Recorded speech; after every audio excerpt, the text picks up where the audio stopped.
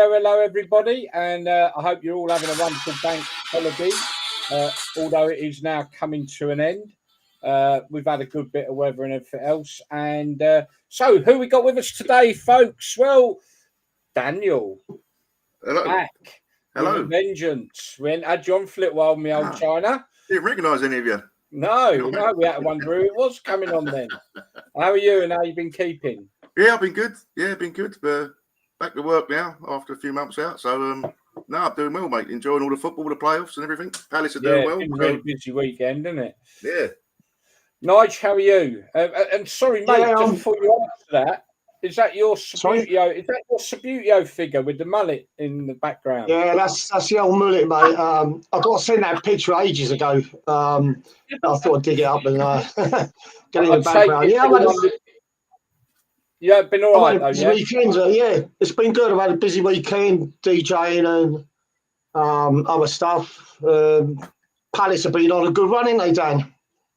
Yeah, brilliant. 10 out of last 12 games. It's been good. It's been busy, mate. No, cool. And Darren, you've had a busy weekend. You attended the final Boston versus Brackley, didn't you? Yeah, National League North playoff final. Fully expected Brackley to finally do it, but they're known as perennial chokers when it comes to the business end of the season. And I'm not saying that they choked, but it happened again. They lost. Boston came 6th in the league, but deserved to win. Cool. Looked like a great crowd as well. Yeah, boss. Yeah, it was a lively one. Both sets of fans were in full voice. Like I said, I wanted Brackley to win, but I was quite pleased at the end that Boston won, especially when I saw grown men cry and seeing how much it meant to them, mate. It was amazing. It was just a really good day. Yeah. I mean, we're going to quickly move to the championship because that finished obviously on Saturday, and then we'll have a look through the playoffs, league and non-league, and then we'll touch on the Premiership, and then we'll do any other business after that. But before we do, I just got to say, I think the non-league this season, and particularly seeing the playoff semi-finals, the crowds have been phenomenal, haven't they? Oh, it's been amazing crowds. I think Macclesfield today, there was 5,000 with there today. I mean, they're biggest club anyway. Yeah, 8,000 at Scunthorpe for their semi-final that they lost to Boston, obviously. Even step 3 and 4, 3,000 at Chatham today. I think Bedford Town had over 2,000. So, I mean, it's great. It's alive and kicking non-league football. It is. Amazing. And do we think that is disillusionised fans? We've said this before. Is this disillusionised fans heading to non-league because of adding up with the modern game? Yeah, definitely. Yeah, definitely. I mean, Darren, you speak to a lot of non-league fans when you're doing your vlogs. It's true, yeah. I'll give you an example. When I was at Sporting Colsa against Anstey Nomads earlier in the season. No, it was about 2 months ago. And I got chatting to these couple of fellas, and they were like Leicester City season ticket holders, but they had only been to about 3 or 4 games all season. They were following the Nomads because they enjoy it. They're talking about they could have a beer, watching it. They could move around the ground. The players would chat to them. They felt so much more part of it. And that's not the only time I've heard of that kind of experience. Yeah, I think they're actually... Yeah, I think it's really out there that people are starting to trickle to non-league now over football. Yeah, totally good with that. I mean, I say this because I've been like keeping an eye on watching the highlights of some of the playoffs and that, and the clips of fans, and I've seen some clips where it's proper old school terracing, the bit of segregation separating the fans, and I would say one of the things I think the modern day stadiums and football and the way you got to be, it's certainly not anything like the football that we grew up with on the terraces. It absolutely nothing. It's so different, and the younger generation of football supporter, doesn't understand what we had, as old school supporters on the terraces. But I noticed a lot of youngsters at these games really proper enjoying it like we used to, doing a bit of knees up Mother Brown and all that. And I think that's brilliant because it's the closest they're going to get to experience the experiences we had They can't afford to go anymore, can they? And kids can't go on their own either to a Premier League game or no. I know when I did that vlog at Braintree Town, when Greg Lake, Nigel, he showed me round kindly.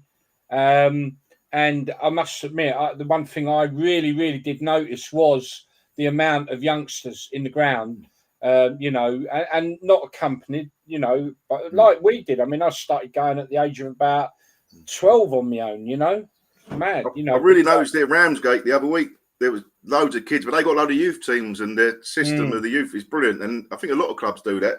But they all turn up to the games, all with the kits on, the shirts on. I should have took a photo. There was 3 guys, probably about 18, 19 years of age, and one had an Arsenal top on, one had Man United top on, and one had a Chelsea top on. But they was all at the game. Same day the other teams were playing as well. They was there. So, yeah, it's definitely the numbers. Well, they had the net day, Ramsgate had 2,500, the biggest ever league attendance ever. Since whenever it was.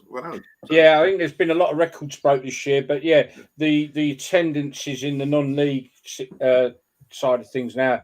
It's definitely gone through the roof. Okay, cool. Let's move into the Championship then. Obviously, first and foremost, congratulations to Ipswich. I think we knew that was going to be the case. But chaps, we were really interested to see how it ended up at the bottom there more, I think, wasn't it? Who would go down, who would stay up. Personally, I think Sheffield Wednesday miraculously saved that. I think I'd put them down as being doomed all season. But they've come back strong. Brilliant. Birmingham City down. Nigel, you got some opinions on this, I think, the Birmingham situation. What's your feeling on it? Yeah, we discussed it last week a little bit, didn't we? The fact that, they got rid of the manager when they were 5th in the league. Rooney took over, didn't do so well. The other manager came in, he got ill. And then, if you're a Birmingham supporter, you've got to be wondering how the hell you ended up getting relegated. And, as I say, if it ain't broken, don't fix it. There'll be a lot. I know there'll be a lot of Derby fans that are listening in here. They'll be glad that Birmingham went down because Birmingham were having a pop at the Derby fans when Derby went down from the Championship. But there's a few things on Facebook saying, "Well done, Agent Rooney. You've done your job." Stuff like that. But yeah, I mean, as a supporter who pays a lot of money to go and watch these matches, and they ain't cheap, no matter what level you go to see. You've got to be clearly really disappointed with whoever's running that club at the moment. It's an American owner, isn't it? Yeah, I think it's a funny situation, isn't it? He's the reason he brought Rooney over. I think Rooney was mates with him when he was over in LA Galaxy. I mean, I was expecting them to lose actually at the weekend. So they've done well escaping relegation because I think that Birmingham win would have kept them up. But yeah, it's sad when you see that. Like we said, it's all a business now. Managers are only getting 8 to 10 games to get things right. If they don't get it right, they're out. Then they bring another one in, and if he don't get it right, he's out. And there's no stability at the club. There's no progression. Sometimes you can't fix it in 8 to 10 games. You've got to give them time. And I think they cut their own throats, Birmingham. Yeah, I think it's a mixed message. Like with Birmingham fans, though, the people owning the club before these Americans come in, I mean, they was at rock bottom with what was going on. So they've admitted they've got it wrong, the Birmingham Ball, didn't they, with what they've done, more or less. So I think the Birmingham fans are obviously devastated they've gone down, but I think they're only going to get better and improve, and I'm pretty sure they'll come back up straight away. Not only just got it wrong, they've had an absolute nightmare. Oh, God, yeah. Financially, that's going to cost them quite a lot of money in what they would have had in the Championship. I mean, it's not a mistake, guys. That's people need to be hung for that. Somebody at that board of directors or somebody at Birmingham needs to take the blame for that. It's clearly their fault. The players are responsible for winning games, but all the changes they made to the management system there that season, somebody's got to be accountable for that. Mm. The funny thing is about it is hindsight tells us it was a bad move, but even when it actually happened, when they got rid of Eustace, everyone was scratching their heads. The Birmingham fans weren't happy. And the proof is in the pudding that it has proved to be a really bad decision. Didn't it happen with Zola before? Was Zola there, or was that Gianfranco Zola. Didn't they get him in there? Or am I mixing up with Watford when they sacked someone, brought someone in? No, it was a complete disaster. Dyche, mate. So Watford got shot of Sean Dyche, brought in Zola, based on the fact that they felt that obviously Zola would have a better pull for better players. Profit, yeah. And as it turns out, I mean, Zola, lovely guy, great guy. Is managerial career quite short and sweet, really. I don't think he was overly up to it. Too nice a guy is what I heard. But got rid of Sean Dyche, who's turned out to be quite a significant manager. Yeah. It's not a new thing, is it, that it's happened? So to people to still make that bad mistake of bringing in someone with a pull who can bring in a high profile name. That's the only reason they bought Rooney in, because he was in America, top world class player. But yeah, you're right, Nigel. Someone, they won't get on because they're probably people who are part owning the club. The problem, and I've said this before, that you've got players like Rooney and Gerrard that have played at the top level and have won loads of caps for England and absolute brilliant players. And they've been taught by the best, Alex Ferguson, other managers. But to put them in a team like Birmingham in the Championship, where you're wanting to implement everything you've learned off these great managers and players that you play with in the Premier League, to actually implement what you want them to play like, you've got to have the players. And maybe the Championship players aren't of the quality to be able to carry that out. So you've got Rooney asking them to play a certain way, but if you haven't got the players that can adapt to that, then it don't work. And that's why I think, they go, oh, great player, crap manager. But it's, you put Rooney or Gerrard running Liverpool, Man United, it might be different because they've got different players there. Yeah, it didn't happen at Villa for Gerrard. Is that not maybe also similar in reverse circumstance to what's happened to Burnley this year? Yeah, I think they should have just, while they were fifth in the league, they should have held back, until the guy starts losing games, then they've got an excuse to bring someone in. But for the way they started and the fans were liking the manager, the players were clearly liking the manager, it was a disastrous move. I can't believe who made the decision on it, but it's probably the American guy. But, we all knew it weren't going to work out well, didn't we? Everyone knew it was like, what are you doing? I don't think I spoke to anyone or anyone on our page said, oh, that's a great idea. No one. Even like you said, Darren, the Birmingham fans were like...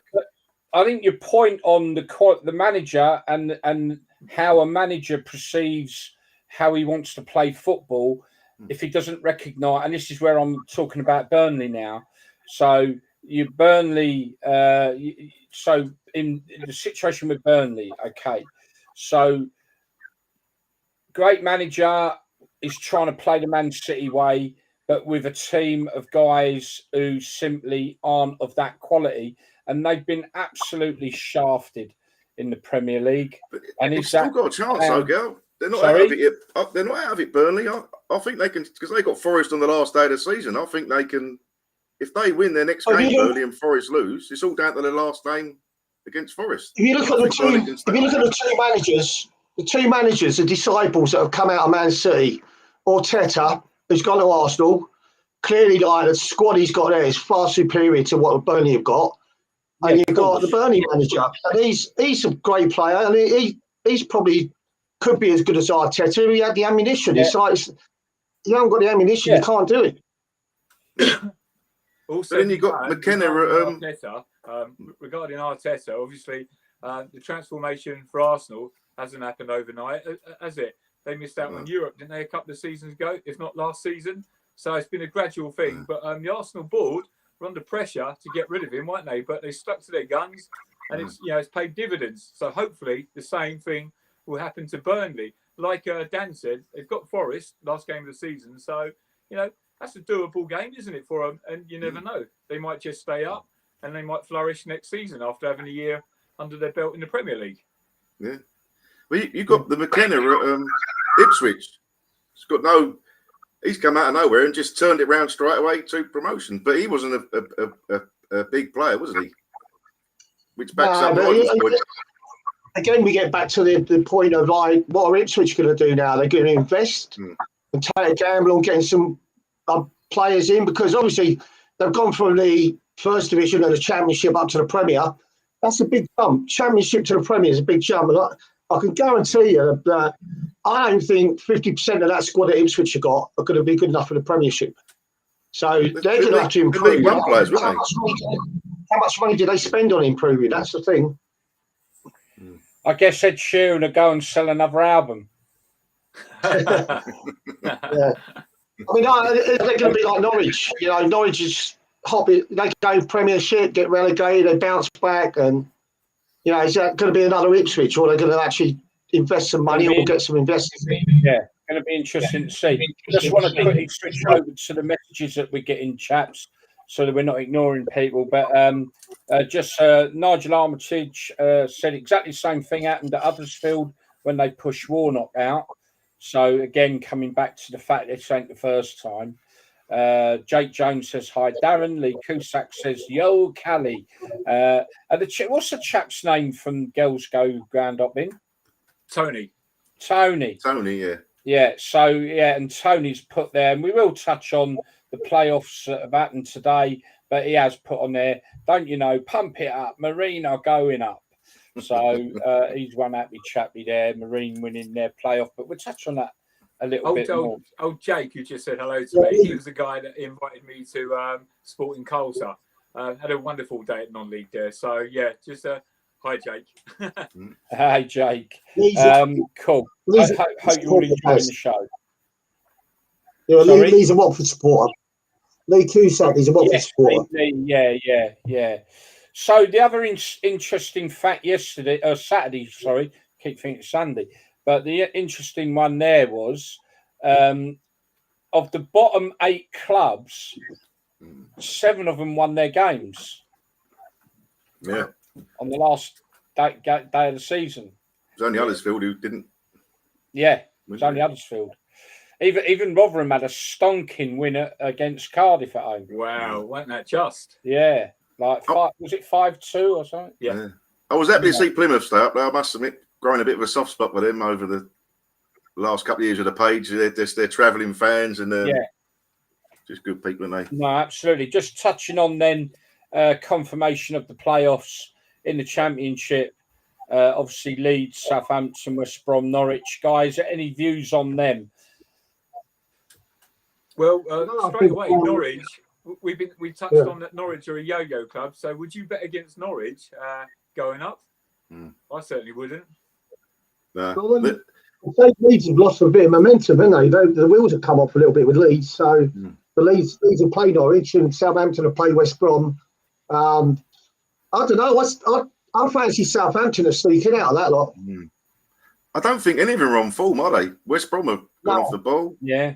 Norwich and Southampton have had a chance on them. So there's no one coming in flying colours. But I think Southampton are on their day, but Leeds on their day. But Leeds have been terrible the last few games, haven't they? But it's really, I mean, the playoffs is the best invention ever in football in the last how many years? It's brilliant. I know people say, oh, if you finish third, you should win by 20 points, but it's kept the season alive. There's so much we're talking about. It keeps your season alive, doesn't it?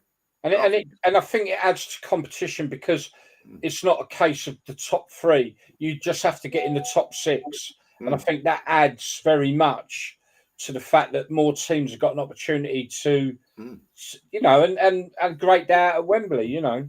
Yeah. I think it's the tightest Championship playoffs that I can ever recall. It's just like you wouldn't necessarily bet against any of them teams, would you? Or back them either. It's such a difficult one to call, but I don't know. Only thing I'll say about the playoffs is it's a strange one because if you've got teams that are struggling at the bottom and they're playing a team that's already guaranteed a playoff spot, you know, maybe that team puts out a weakened side because they want to keep the players fit for the playoffs and gives them an advantage to the side they're playing. And I think that's the only thing that can affect other teams unfairly when teams get into the playoffs because obviously they don't want injuries. So if you was playing a bottom of the league side and that bottom of the league side is playing a weakened side, but the other side at the bottom of the league are playing a side that put a full strength team out, that sort of makes it a bit unfair, I think. But that's how football is, you know. But the playoffs definitely, they've definitely brought a lot more interest into it. Yeah, sorry, just got a message here from Neil Harrison, and I'm not sure what he's referring to actually. His message is not allowed by FA rules. What's that? He's talking about resting of the players, I believe. Like fielding. Right. Yeah. Sorry, Neil. So the rules state you're not supposed to do that, but teams do it though, don't they? Yeah, they can just say he's injured or something like that. Exactly. It happens in cup games, though, doesn't it? It just happens in weakened teams. That's what you're saying, yeah. Yeah, Neil. Sorry, mate. Yeah, me being a bit dim there. Talking of teams coming up from the bottom, like you say, he goes on, doesn't it? Yeah. We all say, yeah, they're not allowed to do it, but it does go on. Yeah, of course. Yeah. No, absolutely. But resting players ain't always a good thing, is it? You've seen that before. No. Teams rest the winning side, and then they lose momentum. So I mean, it can be counteractive to Yeah, can you imagine if you was like drafted in, basically as a reserve? You've got a hell of a carrot to play for. Maybe getting in a team to play in a semi-final, maybe Wembley. So it goes both ways, doesn't it? Yeah. Just an update, Gal. Half time. A couple of my mates have gone up to Crewe today. Watched Crewe Doncaster, a bit of ground hopping. But Doncaster, one of the teams who were looking like relegation fodder, weren't they? Back in, was it February? And now they've won 10 or 11 on the trot, I think. Or they drew the last one. But they won the up at Crewe at half time in the League Two semi-final playoff. Right. Okay. Cool. Well, that's great. Move into the playoffs. Let's cover some of the playoffs. Let's start with League One. So before that, Neil Harrison. Unfortunately, my team, NCFC, I take it means Norwich City. Correct me if I'm wrong, Neil. Didn't play to its potential. Is that Norwich City? Would that be Norwich City? NCFC. Not County. It could be County. Let us know, Neil. Not sure what that abbreviation is for. Anyway, Callum Miles says hi. Playoffs. League One. Now, interesting chaps. You all went with, I think you felt Peterborough. Certainly Darren and Nigel did. Peterborough obviously losing their first leg 1-0 to Pitt. I went with Bolton, who had a really stonking win, 3-0 win. I still strongly go with Bolton. Do you still go with Peterborough, chaps? Yeah. Yeah, I was Norwich City, by the way, chaps. Yeah. We all know, like through history, that playoffs, semi-finals generally aren't decided over one leg. It's only 1-0. I think Peterborough actually lost to Oxford about a month or two ago in a league fixture there, 5-0. So they would definitely take a 1-0. And yeah, I've got no reason to back against Peterborough. I think they'll do it at London Road and do it at Wembley. Nigel, you still sticking with Peterborough? I still think it'll be a Peterborough-Bolton play-up for the finals. Barnsley and Oxford fans won't be happy about that. But we said last week that we felt Peterborough had the momentum, coming into the playoffs. So I'd be very surprised if it wasn't Bolton-Peterborough. But I still think Peterborough will go up. Yeah, I'm going to stick with Bolton. Nigel, what's your opinion on that one? Nigel, sorry, Dan. Dan. Nigel, I'm a Palace fan. You call me Nigel. I fancy Bolton, but Barnsley sacked their manager, didn't they, just before the playoffs, which is a bit surprising. But then they said they wasn't doing that great anyway. But I fancy Bolton, to be honest. Been good all season, third best team in the league. But you never know, do you? No.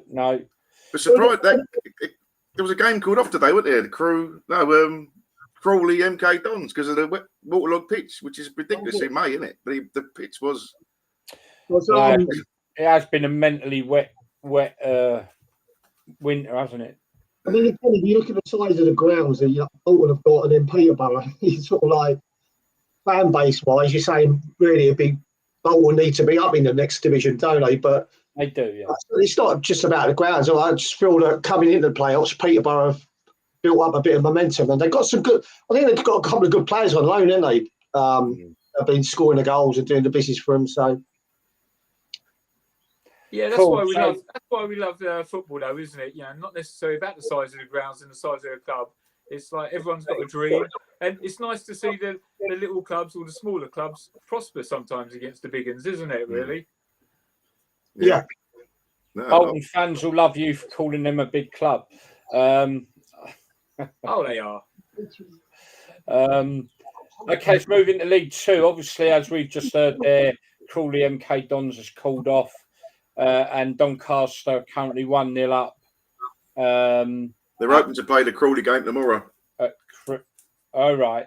Replay tomorrow, but so really all up in the air. I mean, Doncaster, wow. I mean, just such a. I mean, if there's one side that you would go, who's got the momentum? Doncaster have just had the most amazing run, madly, and I think it'd be between Doncaster and Milton Keynes. I don't agree with Don, so that's Wimbledon. So I'll just call them Milton Keynes. I think Milton Keynes don't, but I think Doncaster will do it. What are your feelings, chaps? Yeah, definitely. Crew a bit of a bad patch. They only just sort of stayed in the playoffs, didn't they? But Crew a good start of the season, but I think Doncaster got the momentum massively, and at the end to win all of it and go through, I think. Right. If we move into the non-league playoffs now, Dan, I'm going to need you. Well, you. I know Nigel and myself may be a bit scared. Oh, well, I'm not. I got some idea, but Dan and Darren, I'm hoping you guys. There's so many playoffs. It's mad to keep up with them all. But the big one. That's just who's got into the National League via the playoffs. Well, that's obviously Bromley, a club very close to where you live. You've been to them, and is that the club that got that film? The Bromley boys, yeah. I live it is literally a stone's throw. I can hear them supporters. So I go around there every now and again. But I did that vlog there, didn't I, a couple of years ago? You did, and you actually spoke to one of the main characters who was being portrayed in that film. What's that film called again? Bromley Boys. Bromley Boys. Yeah. I watched it. It's a brilliant film. Yeah. And they're now league side people. Watch that film, and you'll realise what a story that is. Yeah, 132 years. People around there, Dan. What's that, mate? What does that mean to the local? A lot. I mean, you get a lot of. I've got a lot of Palace mates who go there now instead of Palace. You get Charlton, Millwall there, but they've got a good base here. They sold out the playoff. Well, it's 15,000 they took to Wembley, and it's a great little club. The youth system is brilliant. They're in with all the schools around the area, and Andy Woodman, the manager, ex-Palace goalkeeper, he was never actually played a game for Palace, but he's best mates with Gareth Southgate. See, if you want to read the autobiography, it's called Woody and Nord, which is the two of them. They wrote it together as a joint autobiography. Gareth Southgate and Andy Woodman. And it's a fantastic. They're both chalk and cheese. Andy Woodman comes from an old working class family. His old man was a bit of a criminal, but sort of like that. Book Southgate is middle class, so it's a great book. But anyway, digressing slightly, he's done a brilliant job there, Andy Woodman. He's come in, changed a lot of things around. So it's great. It's great for the area. It's great for the area. One of the interesting facts, and we've had this discussion about the 4G pitches and whatever else, and I think we recently had a discussion where we were saying about the investment and the grants, how it's available, and how some clubs just cannot get them. The benefits of having 4G, but this with Bromley is the actual massive downside of having a 4G pitch because they're going into the Football League. They have to rip their pitch up. The pitches are just short of £1 million. So they've got other 4G pitches around that they've built. There's outside for training for the youth team. Yeah. So I think the money that Sutton had to rip up theirs, and now Sutton have gone back down. So now they've got whether they're going to put a new 4G pitch back in, because it does help them. They rent it out. It's a big factor. Yes, yeah. No, there's a lot of good benefit. And this year, more than any other year, we've seen the backlog of games because of waterlogged pitches all season, and we mentioned Charlotte Richards the other day, who had an amazing run, had to play 10 games in 2 weeks, 6 games in 9 days, and won 6 of them. But that was all down to backlog. We know the Truro had massive backlog of fixtures, and so there is a benefit for them. But this is where it's a real downside, isn't it? Yeah. I don't know. I don't know why they don't let them have artificial pitches in the EFL. What is the reasoning behind it? Yeah, I'm not quite sure either. Actually, yeah. No, I have no idea. FA Cup, they can play. You can play in it. Yeah. So I don't know what the reason is. They're off sort of hybrid artificial anyway. The Premier League pitches, they're not fully grass. A lot of them, they're a mix. No, they're not. No, the very few pitches are fully grass these days. Yeah, they're much better than they were in the 80s and 90s. That's for sure. Oh yeah, they're not them horrible. Yeah. QPR's old pitch. Darren, did you ever play on that? Did you ever play on a plastic pitch? Yeah, we played on Luton, Darren, didn't we? Yeah, played in Luton. I've not played on QPRs, but I've been on it on the plastic pitch. I played on QPR's pitch. What was it like, Nigel? Did you have the different studs? Did it change your game? Or... It is. You know what? Because of the surface was brand new, and it was hardly any giving it at all. You've actually had to play the ball in people's feet. You know, you couldn't play in front of them because the ball would just run away with you. And the goalkeeper kicked the ball out of his hands. The first bouncer take it about 15 foot up in the air.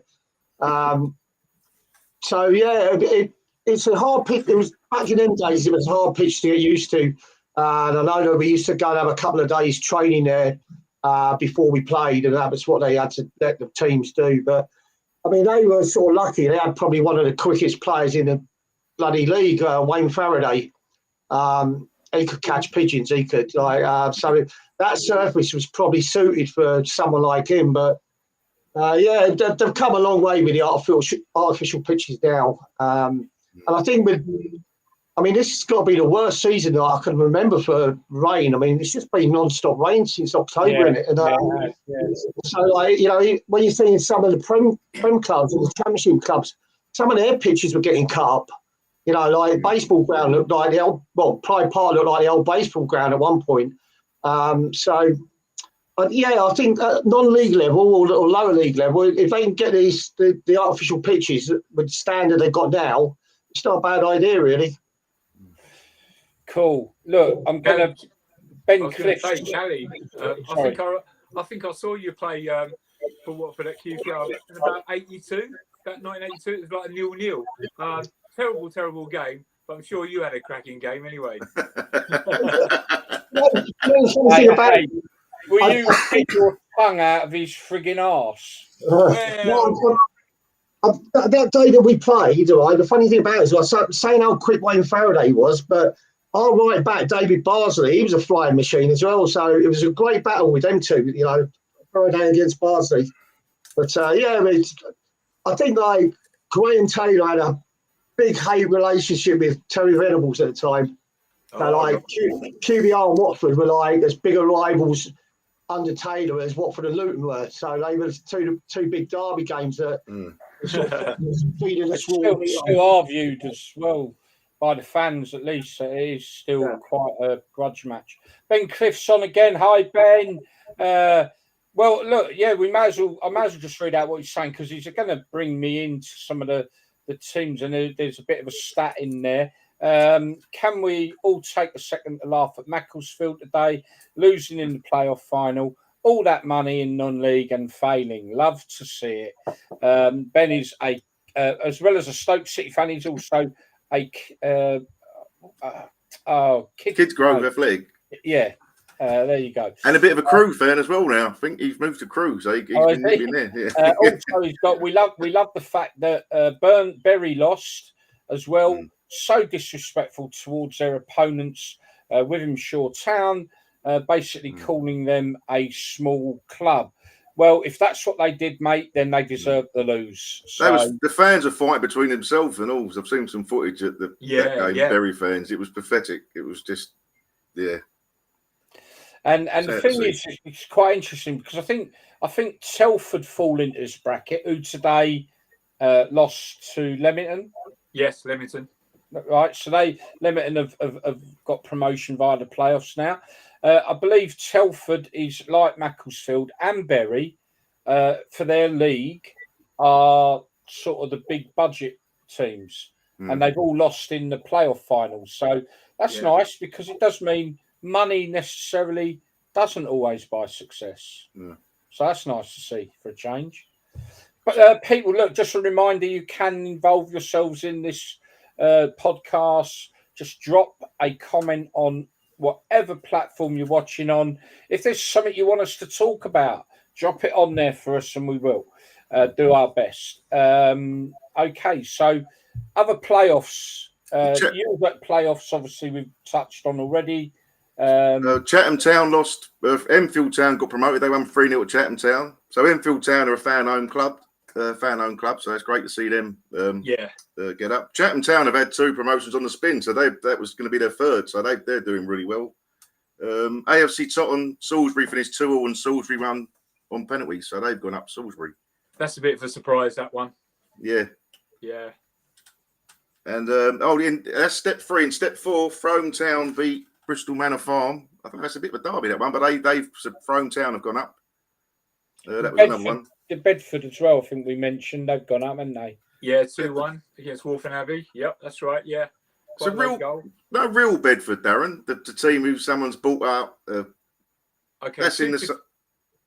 Yeah, 2 different teams. They play about, God, a stone's throw from each other, even less. I don't even think it's a stone's throw. Yeah, it's not even a stone's throw. You've got the Abattoir, you've got Bedford Town, and then you've got the other Bedford, and literally, it ain't a stone's throw. I mean, there's probably a metre difference, I bet. Yeah, so Real Bedford have just got promoted to step 4 for the first time in their history. I think they've had 2 back-to-back promotions. It might even be 3, but I think it's 2. And obviously, Bedford Town have just been promoted to step 3 today. But Real Bedford are the crypto. They're the crypto team, aren't they? The cryptocurrency. Peter McCormack, and they've done pretty well actually this season. They looked like that they were going to throw the league away a bit, but then a team basically folded near the end of the season, St Pantilimon, and that knocked some points off MK Irish. So suddenly MK Irish were still behind, but they had games in hand to go in front. But once them points were taken off, it was kind of like out of MK Irish's hands. And Real Bedford didn't make any more mistakes at the end of the season, ended up winning the title. It's a funny old game. Well, listen, people out there that are watching, if we've missed any side's promotion, we're sorry, but we congratulate everybody who has made their promotion day a success. And obviously, we will have covered everything off on our social media anyway, as you probably will read, via the various platforms that we're on. Just Ben, we'd miss you, Ben. I know you came on for the first time last week. He does like to get involved. He just says he's moved to Crewe. He's not a Crewe fan. His mate is assistant at Crewe, so he does hope they do well. And if Crewe were to go up, that would mean, bearing in mind, he as much as his kids grow, he's also Stoke City. Obviously his main side Stoke. If Crewe were to go up, that would mean that Port Vale would be in League 2, Crewe in League 1, and the mighty Stoke City in the Championship, and that would make him happy. Cool. Gaz, just quickly, Gaz. Obviously, we were talking about non-league playoffs, and it'd be a miss not to mention Braintree today. Do you know what? I was just going to say 4-3 against Worthing. Yeah, after extra time. Yeah, so they're now in the National League, because that was a National League South playoff final. Yes, so, well done to. In fact, it was all the Bs that went up, wasn't it? It was Bromley, Braintree, and Boston. Yeah. Unfortunately, not Brackley. For me, unfortunately. Yeah. Okay, cool. Right. Okay. So let's have a little session on the Premier League. Then we'll go to any other business. And so we've got a little. Can I do this, girl? Oh, go on, mate. Yeah, go on. No, football card. We'll do it after the Premier League. Yes, go on, mate. Yeah. Right. So Premier League chaps. It's just a quick touch on it. Obviously, we've got next week to go, and we'll do a bit more in depth once that's all over and done with.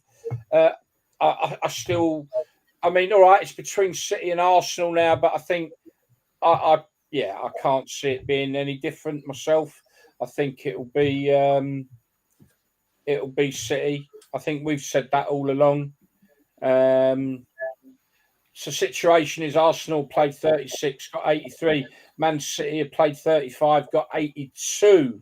So that, again, you've got to win your games in hand. That's the thing, isn't it?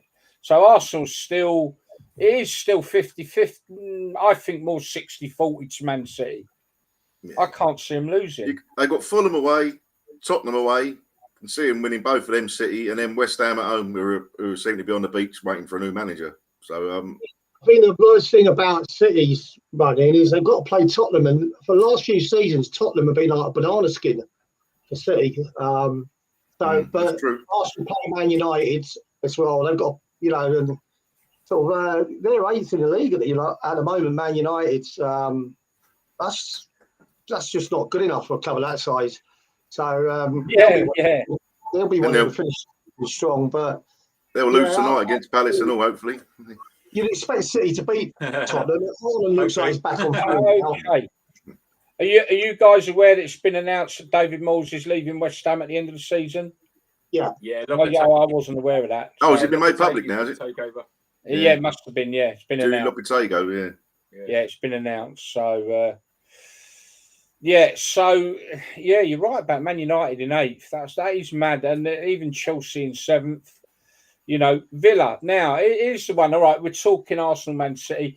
Haaland's back on fire or fit again. I'm Man City. I know Nigel's Man City. What are you, Darren? Arsenal. Still Arsenal, mate. I'm still Arsenal. You're still Arsenal? Yeah. And where are you, Dan, with this? Man City, definitely. Well, okay. Definitely. All right, be interesting, Darren. You might show us all up. Let's just quickly touch on, I think Liverpool are neither in or there. They're going to finish in 3rd, I guess. And that's that. Villa, it's the interesting one now, isn't it? Villa had an awful result in Europe midweek at home to Olympiacos. And yet they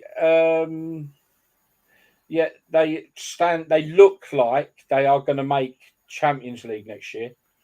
They're going to have to improve their game if they're going to compete in that, aren't they? I think I'll still fancy them to come back against Olympiacos. Yeah, I must Unai Emery's they're not a great side, Olympiacos. Yeah, and if Villa turn it on out there, I think they will recover that. I'll tell you something, though, Gaz. Olympiacos are hard to beat at home. Yeah, they've tough got place to go. A hostile crowd over there. Very passionate, aren't they? I worked in Corfu for a long time, and all the Greek fans, they're the main team that all the Greeks support. They're not the best team in Europe, but I tell you what, they have got a good home record. It's very hard to go there and get a victory. So I don't think Villa are going to do it, to be honest. They won at home, fair enough. I think Villa have had a great season to be out there, and like you said, I think they will get into the Champions League next year. I think it looks like it. But Villa have spent a lot of money. Villa, they have spent a lot on wages. They're like at the figures. They're at the top of how much they've got. It shows you money counts a lot in the Premier League. It does. Yeah. Clearly does. Clearly we know that. Yeah, Tottenham. I can't see Tottenham catching Villa. I can't. I think the honeymoon period's over for what's his bloody name? Costa. The Australian fella. Costa. Yeah. Hello, mate. He's. I know it's been said, and a lot of people are talking about it, but he's very much stuck in his ways. He don't want to. He doesn't seem to have a plan B. He's very much in his philosophy. I want to play. This is how we're going to play. And I'm sure they've dropped so many points where if he maybe changed it or I don't know. I think he's like another Bielsa. Plays one way, and you need to adapt I don't know. It's great to watch, but I don't think they're going to win anything with that style. Yeah. So let's wander down to the bottom then. And Ben Cliff's put in there. Luton or Forest going down. I think Luton myself. Home form isn't good enough. Maybe both of them. Where are we with this? Yeah. I mean, the 3 points. There's 3 points in it. Forest have a superior goal difference, so that means Luton have got to win 2 games to Forest's 1. So, I mean, if that makes sense. But where we said Forest are playing, or Burnley are out to Forest on the last game of the season. So that I don't know what that means for Luton, because Luton are then they've got two teams playing each other. They're rivals, haven't they? So that could give them an advantage. Yeah, it could. I mean, look, Forest are 6 games ahead of Burnley. That means, and again, I can't. Are you saying earlier you think Burnley could do it? I can't see how. I really can't, because there are 3 games left, right? Two games. Sorry, 2 games left. They can't do it. Burnley can't do it. Yeah, if they beat Tottenham, that's 3 points, and then they've got Forest on the last game of the season. Yeah, that puts them on the same points as Forest are now. No, a point above. It does. Yeah, it does. Sorry, you're right. Yeah, sorry. Yeah. Big arse, though, isn't it? Burnley got to win the next 2. Forest got to lose the next 2. I'm not sure. I'm going to go with Forest over Burnley. Now, Luton Forest. That's a bit... Again, Forest... Luton have got to win both their games, and Forest have got to lose 1. Luton away at West Ham and at home to Fulham. Both winnable games. Well, to be fair, I think Luton's winnable against West Ham, I think, probably. The way they've been playing lately. Guys, sorry, I'll pass over to you. Obviously, I want Forest to go through. 1, because I've got a great relationship with my missus from Nottingham, and obviously I've got a great relationship. You hate Luton, Gary. That's what it is. Cut the crap, Gary. And all that. And I just can't fucking stand Luton. But anyway, sorry, Luton. I really do think you've done a great job this year, and it hurts me to say it, but you have done a fantastic job in how you've promoted football with a very low budget. So, and I would be a hypocrite not to acknowledge that. So, but yeah, my hope is Forest, and I'm going to go with Forest. What are you guys going with? I don't know. I mean, like I said, I think Luton will give it a good go this year. They've scored goals. Weren't either not scoring any goals. Forest, well, you look at the amount of money they spent compared to what Luton's had to spend. If they go down after spending that much money, then something's clearly not right. But I don't mind. Derby are up into the Championship, which is one of my teams. Watford are in there. Derby 8 Forest and Watford 8 Luton. So it'll be happy days for the supporters one way or the other. If one of them 2 comes in, both of them came down, it's even better. So I'd like to see Burnley stay up and get clearly this season, next season. Darren. Yeah, I think the 3 teams got promoted last season are the ones that are going to go down. Luton Town, obviously they've received a lot of plaudits this season. More, not necessarily their football, but their spirit. But I just don't think they're good enough, and they're not in good form, are they? At the time of the season when it really matters. Burnley probably left it just a little bit too late, and Forest just probably a little bit too much class, and they just might just do it, I think. So yeah, the 3 that came up, the 3 that go down. There's a new motto for the Championship. What goes up must come down. Dan, yeah, you will see it every year now. You watch. I honestly think Forest have got Chelsea. If Forest beat Chelsea or get a point against Chelsea, I think they're more or less safe. But I can see Chelsea are hitting a good patch of form. So I think it's going to come that last day of the season, and I think anything can happen. And I think Forest are going to drop. I think it's Burnley to stay up. Luton. But that means Burnley. Who are Burnley playing? Because they've got to win both their games to do that, haven't they? Burnley are playing Forest last day. Yeah. And then Burnley are away to Tottenham. So if Tottenham beat Burnley, that's it. Burnley. Yeah. It could be all done. They've got to win both games. Yeah. Could be all over before it. But no, I think Forest are going to go. Burnley to stay up. Can't see it. So Burnley got to win their 2 games. Forest got to lose both theirs. And then Forest is still. There's a chance they might get a points back with the appeal, wouldn't they? Has that been sorted yet? Yeah, that's a good point. If they get a point back, then it is impossible for Burnley to overtake them because the goal difference is phenomenal. Burnley are minus 35, but Luton can minus 18. Well, if they get their points back, their 4 points deduction, it's the 3 at the bottom now are relegated, aren't they? Yeah. It's so ridiculous, isn't it? All these points deductions. I know whether they're right or wrong, but it just should be sorted out. Yeah. Not right at the end of the season. Even midway through it. I mean, my view is if they're going to find someone guilty of anything, what they need to do is say, right, you're guilty. You're halfway through a season. You will start next season minus 10 points or something. I don't think it's right doing it for a season, even if they've done wrong. It just don't seem right. I mean, start a season. There you go. You know what you got to do. You know what you are. There it is. You've been. Yeah, I disagree. Purely because I think they've actually got all these teams have got lucky that the fact that when they've made their cock up, the season that they've made their cock up, I feel they're lucky that they didn't get punished that particular season because that would have sent them down. So they've had it carried over for the following season, and obviously they've had enough time to try and get their act together and survive. So when they broke the rules, the points deduction, if only it could have been enforced in the season that they actually did it. But because that's an advantage for the teams who might go down. They should get that advantage there and then to keep them up, shouldn't they? Yeah, you're getting into the money side of things again, then, aren't you? Like we're saying, well, if we go down and they stay up, but they start with a points deduction, we still lost a lot of money from revenue. And that's like we always said, it's become a business now. So it's not just a case of saying we're not happy with that decision; it's financial.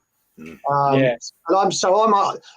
I'd like to say is that I think the points deductions should be made a lot quicker. They should come to a decision a lot quicker than what they do. So, like, if they've decided you're definitely guilty, get the points off them. Team knows what they've got to do then for the rest of the season. But, they played hard and all of a sudden they're getting out of the relegation and then they get a setback. It's hard mentally for players. It's hard for the supporters. It's hard for everyone. The quicker they let you know you're getting punished, at least you can do something about it. But I don't think starting off with a points deduction the year after will happen, because you will get clubs threatening to take the PFA to court over the decision, and then that's coming out, and it will just become a mess. Yeah. You got Leicester coming up. Will be on -2 at there. Sheffield United are going down. They can be on, or they're going to have to wait until they come back up, because there's no correlation between the EFL and the Premier League. It's different, isn't it? Yeah. If Leicester are on -2, why didn't they just take the points off from the Championship? Because there's different rules between the EFL and the Premier League, Nigel.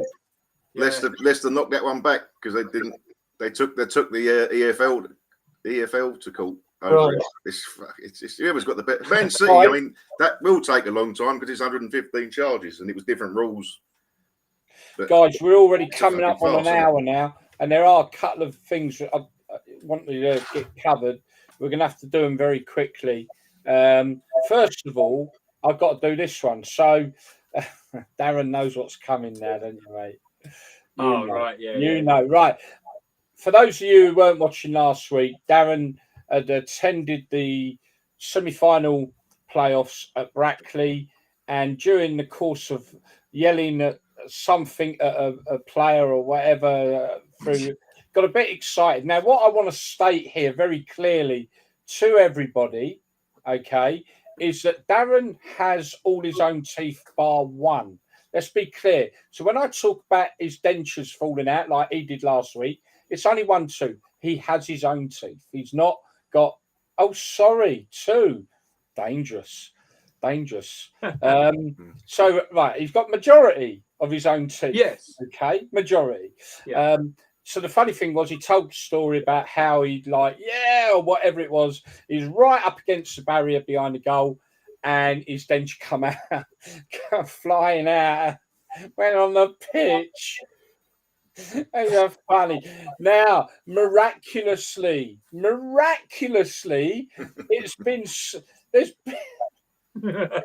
a video taken by someone on the opposite stand, and you can see Darren in his orange. Now I'm going to show it twice so that I think a little arrow go. I'll show it twice, but watch for a little arrow to pop up. Now you've got to watch this, folks. So Darren's false teeth falls out onto the pitch. He has to then lean over the barrier, dangle, nearly falling over onto the pitch to get his teeth back. Right? And we got footage. I can't believe it. We got footage. So I'm going to play the video. Watch the little arrow, just so you can watch in the right direction. If you're looking at the goal, there's a bit of a thing, and the ball goes over to the right hand side as you're looking at it. And where the ball hits the photographer, people, look along a little bit further. A little arrow will pop up, and you'll see this orange jacket leaning over, trying to get his teeth back. Here we go. Newton takes it round to Irwin, but can't. Takes it round Irwin, and Irwin gets a touch. And Newton tries to keep the ball in play and puts it out for a goal kick and a real chance.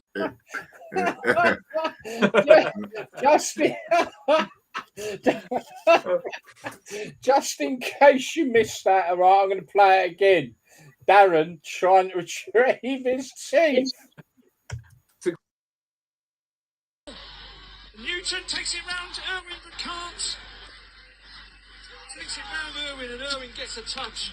And Newton tries to keep the ball in play and puts it out for a goal kick and a real chance. Oh, dear, oh me. That's got to be the classic, innit? Well done, mate. Did you have all grass in your tooth when you put it back in, Darren? Did you? I did, mate. Yeah. Oh, did you? Oh, mate. I've just lost my fucking glass. I said, a guy called Andy stood next to me, and he's the only one that saw it.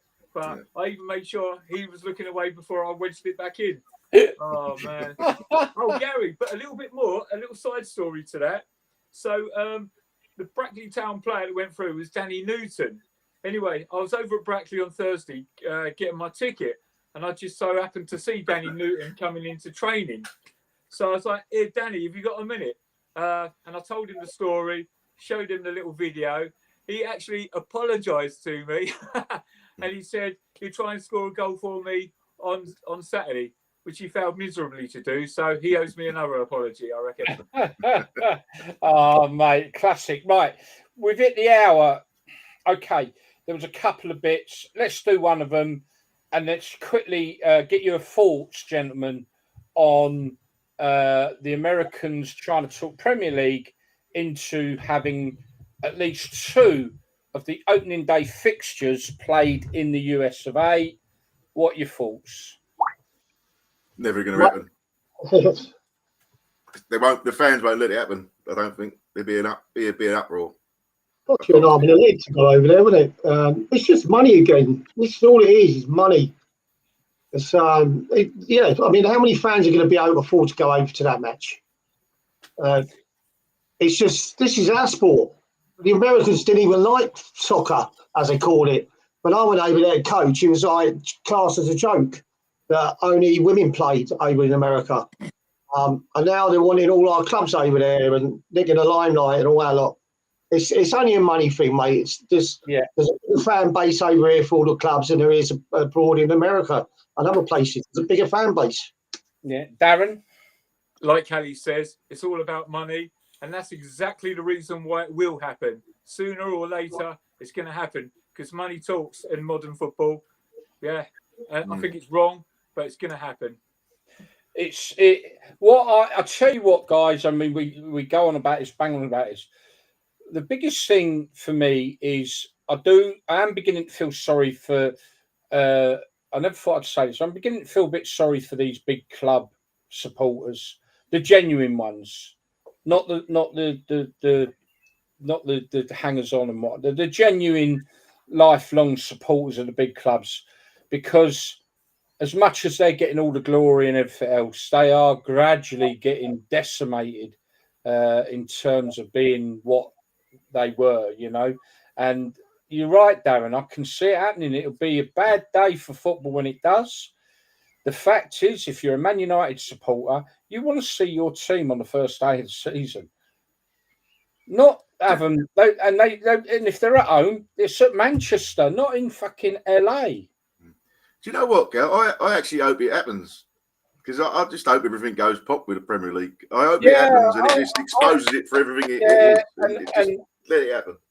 You know what, Dan? What Dan just said is funny that I was delighted to hear midweek that English teams wouldn't get the 5th Champions League spot. I was delighted, honestly. It's ridiculous. Yeah, Germany get it. I hope it goes to pot as well. I do.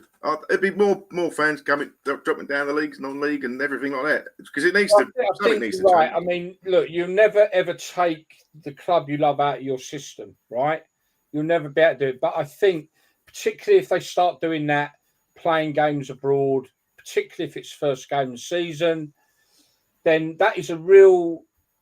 That is a watershed moment, isn't it? It will be, because that is such betrayal of the supporters. It's a massive betrayal, and I think you're right. They will start going, look, I love my club, whether it's Man United or whatever. We've seen it with Man United and with the reforming of FC Man United or FC Manchester. You've seen fans are lifelong fans and prepared to up sticks and say, you're taking the piss now. Dole Square FC, girl, the same, isn't it? Dole Square. Yeah, the Arsenal fans. Look how many teams are going to the States this summer. I think Newcastle, Man United, Tottenham are going to Japan for a one-off game. Tottenham are going there, and they've all moaned about these FA Cup. Too many fixtures. But there's so many teams going to play in America anyway. They all play each other. Barcelona, Real Madrid, or 2 English. Even Palace. Season, I think, like, pre-season, we want to go and play abroad, not a problem. But like once you're kicking off the game, and again, we keep going on about the money, but it's only people with money are going to be able to afford to go to the States to watch that match. So again, the poor ain't going to be able to see it. The average person's not going to be able to see it unless they want to put themselves in debt, probably. So it's only going to be the rich people that are going to be able to make the journey over there. So I'm not against going abroad in pre-season and playing in tournaments over there, because I've done it with Watford and other clubs. But you know, when you try to take the first game of the season away from the British fans, and that's just not on. It's the fans who are all around the world. Most of like the big clubs have got that fan base on the internet, and they all around the world. They don't care. They'll just watch on the telly. Man United playing Liverpool in a Premier League game. Then it'll be games in Saudi Arabia after that, like all the other sports have gone there. Yeah. It won't stop there, will it? I do wonder what time the kickoffs would be if the games were played in the States. Would they be like, let's say, for example, 10 o'clock in the morning in the States, so it's 3 o'clock our time? Who knows? You know, it's just like, where does it end? Yeah. Do you know what? This season's Palace are playing Man United at 8 tonight. This is the first season I've not been to one single Palace game home or away. It's the first season in, I can't remember. I've never done that. And Palace ain't even one of the problems in the big six, are they? I've been to more football than I've been for years, though. All the other games, non-league and stuff. But I will watch it on my dodgy Fire Stick. No, I shouldn't say that. I haven't got one. I never said that. No. But, I will watch the game. But oh no, we're live. No, I never said that. Yeah, but no. Isn't there any games? Is the trains on running? Well, that is a thing. Quickly, there was one other thing. I wasn't going to do it, but it relates a lot to this, I guess, as well. The other thing I was going to put to us was the Hollywood chaps with Wrexham proposing a 60,000 seat stadium. That's outrageous, isn't it? It sounds like it on the face of it, doesn't it? Yeah, I don't think they've got a fan base to fill one of them stadiums. They haven't, no. It's not like Wrexham haven't been sort of up in the Championship and that before. They have. They've been up there. And they could probably fill it with tourists, girl, coming over. They're going to expand the ground the next year and the year after, aren't they? They are going to do. They've got plans to get up to, like, I'm not sure on the figures, so I'll be 25, 30, but yeah, which I think is the right size. Yeah, Darren, you first thing coming to your end same as me, Darlington. Typical example. Building a ground that's way too well. Look at Milton Keynes. Ground way too big for the support. Way too big. Well, that's what I'm saying. They haven't got the fan base to fill that. No. And the only way they're going to build a fan base is to spend a lot of money on getting some really good players in. Now, are they going to do that? Because if they don't improve the squad and get some big names in, they ain't going to attract support. That's the only way they're going to do it. If they buy players that are costing them probably more than any other club can afford, they might then start getting a bigger fan base, but they ain't going to fill that. But the thing about it is as well, right? Is you could pretty much, and Wrexham fans will hate me for saying this, but you could pretty much tag them in that big cluster of Northwest clubs. Your Evertons, Liverpool's, Man City's, Man United's, Burnley, Preston, all them. Right? That's all in a similar area. Wrexham's on the doorstep. You know what I mean? But Wrexham have got a big TV show behind them that's massive in America. They're going to pull in fans, but for them to compete in the Premier League, fans, aren't they? But but they're going to need a 60,000 stadium to compete with all these new rules and financial whatever it is, FFP. They need that. That's probably why they're talking that way. So they'll need that so they can go and buy big players on big money and big wages. But how are they going to fill it when they're not? I mean, North Wales is predominantly what I call green belt, so it's not very populated.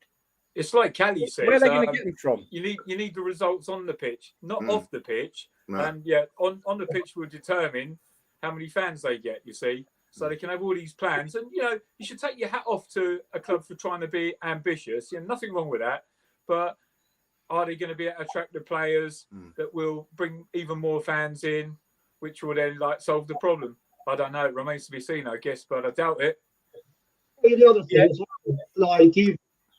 they're not going to fill a 60,000, but they should wait till they get the Championship first. See, they're getting it on in there. Engage it. Obviously, they're going to buy players if they think they've got a chance of getting into Premier League. But the other downside of things, right? Listen, if you're a player, you're playing in a stadium that size, you're only getting 15,000 people in, you're going to feel like you're playing in an empty ground. There's no atmosphere. Yeah, we've seen it with a few clubs.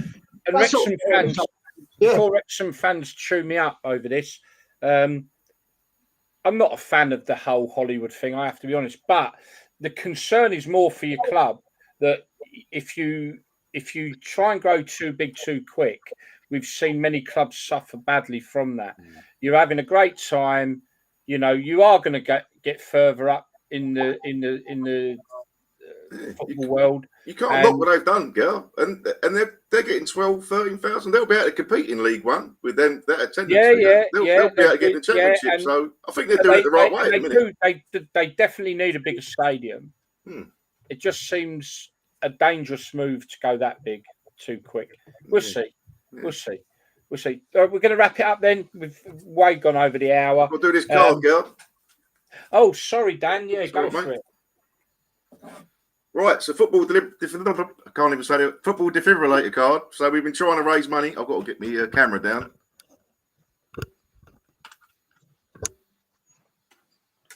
It's just white. That's better, isn't it? No. Right, can you see that? Yeah. So I've got to rub this off. So thanks everyone who's taken part. It's £125 going to winner, and the £125 goes into the defibrillator fund. So we're up to about 580 quid now, I think. So we want to get to about 775. So going to rub it off and see who's won 125 quid. Right.